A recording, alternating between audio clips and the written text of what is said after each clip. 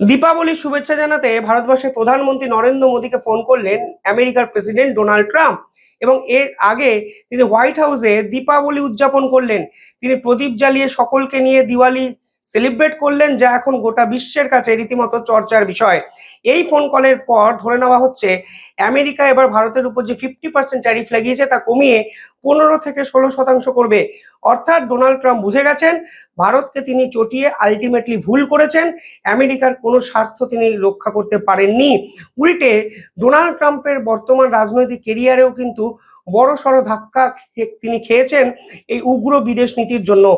কোটি কোটি মানুষ এখন আমেরিকার রাজপথে মিছিল করছেন ডোনাল্ড ট্রাম্পকে সরানোর জন্য। পাশাপাশি ইউএস কংগ্রেসের সেনেটররা একসঙ্গে ডোনাল্ড ট্রাম্পকে হুঁশিয়ারি দিয়ে চিঠি লিখে বলেছেন অবিলম্বে ভারতের সঙ্গে সম্পর্ক তৈরি করুন, কারণ ভারতের সঙ্গে আমাদের সম্পর্ক অতীতে ছিল, ভবিষ্যতেও রাখতে হবে। আপনি আমেরিকার লং টার্ম জিওপলিটিক্যাল গোলকে নষ্ট করছেন। পাশাপাশি এই ট্যারিফ চাপানোর পর আমেরিকায় প্রায় 700টির কাছাকাছি কোম্পানি নিজেদেরকে দেউলিয়া ঘোষণা করেছে। একাধিক রিপোর্ট সামনে এসেছে যেখানে বলা হচ্ছে ট্যারিফ খেলা খেলতে গিয়ে আমেরিকার মুদ্রাস্ফীতি 2026-এ ইতিহাসে সর্বোচ্চ জায়গায় গিয়ে পৌঁছাবে।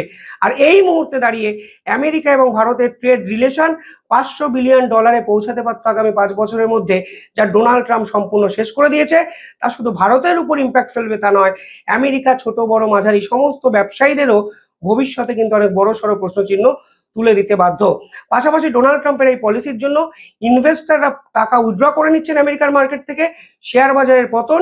কারণ ডোনাল্ড ট্রাম্পের এই পলিসির উপর কেউ কনফিডেন্স শো করছে না। ফলে সব মিলিয়ে ডোনাল্ড ট্রাম্প আজকে রিয়েলাইজ করলেন তিনি হয়তো চালিয়ে ব্যাটিং করতে গিয়ে ভুল স্টেপ আউট করতে শুরু করেছেন। ফলে ভুল শুধরে নিয়ে তিনি আমেরিকার প্রেসিডেন্ট হয়ে নরেন্দ্র মোদীকে ফোন করলেন এবং সম্ভবত আসিয়ানে দুই রাষ্ট্রনায়ক একে অপরের সঙ্গে মিটিং করবেন এবং ফ্রি ট্রেড এগ্রিমেন্ট সই করবেন।